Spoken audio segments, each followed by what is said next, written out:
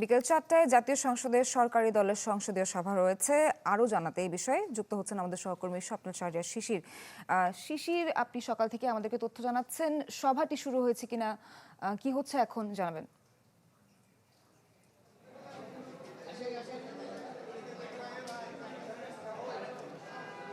নাবিলা, বিকাল ৪টায় সরকারি দলের এই সংসদীয় সভা শুরু হওয়ার কথা, সেই হিসাবে আমরা ধারণা করছি সভাটি হয়তো বা কিছু শুরু হয়েছে অথবা কিছুক্ষণের মধ্যেই শুরু হবে। এরই মধ্যে সভায় বিএনপির যে সমস্ত সংসদ সদস্যরা রয়েছেন তারা কিন্তু এই সভাস্থলে প্রবেশ করেছেন। এর আগে আরও দুবার কিন্তু সরকারি দলের সংসদীয় সভা হয়েছে। প্রথম যে সরকারি দলের সংসদীয় সভা অনুষ্ঠিত হয়, এই সভাগুলোতে সভাপতিত্ব করেন সংসদ নেতা এবং প্রধানমন্ত্রী তারেক রহমান। সেই প্রথম সভাতে কিন্তু সিদ্ধান্ত হয়েছিল যে শুল্কমুক্ত গাড়ি এবং প্লট সুবিধা, এই সুবিধাগুলো বিএনপির যে সমস্ত সংসদ সদস্য রয়েছেন তারা নেবেন না। এবং দ্বিতীয় যে সংসদীয় সভাটি হয়, সেই সংসদীয় সভাটি হয়েছিল ডেপুটি স্পিকার এবং স্পিকার নির্বাচনের আগে। আজকে অর্থাৎ সেই হিসেবে তৃতীয় সভাটি কিন্তু অনুষ্ঠিত হচ্ছে।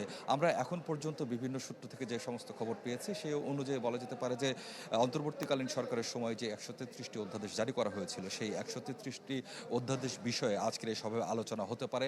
একই সাথে চলমান বৈশ্বিক পরিস্থিতি এবং দেশের পরিস্থিতি নিয়ে এই সংসদীয় সভায় আলোচনা হবে বলে আমরা জানতে পেরেছি। এছাড়াও আগামী দিনগুলোতে সংসদে বিএনপির কার্যপন্থা কি হবে, অর্থাৎ ভবিষ্যৎ কর্মপরিকল্পনা সংসদে, সেই বিষয়টিও কিন্তু আলোচনা হতে পারে বলে আমরা জানতে পেরেছি।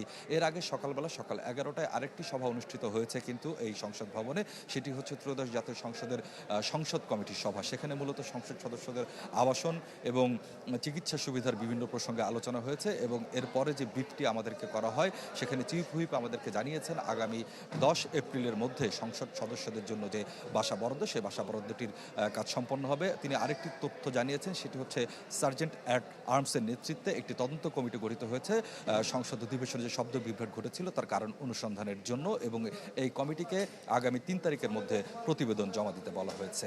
নাবিলা। শিশির, আপনাকে ধন্যবাদ। নগদ নিয়ে এলো হার না মানা হার অফার।